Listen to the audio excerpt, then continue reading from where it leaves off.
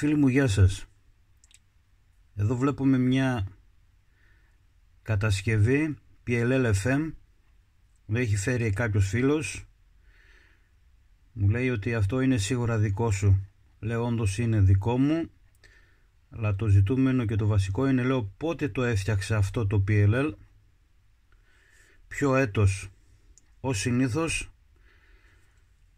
στον ταλαντωτή, στη θωράκιση του ταλαντωτή, στο καπάκι του πάνω μέρος ανάγραφα την ημερομηνία υλοποίησης και ολοκλήρωσης της κατασκευής, και η ημερομηνία κατασκευής και υλοποίησης λέει 15/9/1990. Αυτά για κάποιους φίλους κατασκευαστές. Παρατηρούμε και βλέπουμε ταλαντωτής με τα παραμφερή υλικά του, τραντιστοράκι buffer driver, ολοκληρωμένο χρονοκαθυστέρησης γύρω στα 3 δεύτερα. Λείπει το τραντίστορ της εξόδου, το φίλτρο.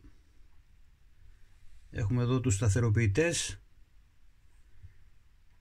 τον κρίσταλο σταθερής συχνότητας, ταλαντωτής, ο πρώτος διαιρέτης, ο δεύτερος, ο τρίτος, το ολοκληρωμένο συγκριτής φάσης συχνότητας, το ολοκληρωμένο αλφα διαίρεσης από το ταλαντωτή ενίσχυση, τα ολοκληρωμένα προγραμματισμού συχνότητας. Λείπει το thumbwell, τα thumbwell, το πληκτρολόγιο με λίγα λόγια, τροχιοδιακόπτες. Βλέπουμε το ολοκληρωμένο audio, διπλό, το ένα μέρος χρησιμοποίησα τότε για την προέμφαση και ενίσχυση, ενεργητική προέμφαση. Λείπουν εδώ οι καλωδιώσεις που γινόταν η μετάλλαξη με το διακόπτη. Το κύκλωμα εδώ πέρα ένδειξης του βιόμετρου, τα ποσοστά διαμόρφωσης. Αυτή όντως μια κατασκευούλα που επέζησε πάλι καλά τόσο ετών. Η ημερομηνία 15/9/1990. Ευχαριστώ πάρα πολύ.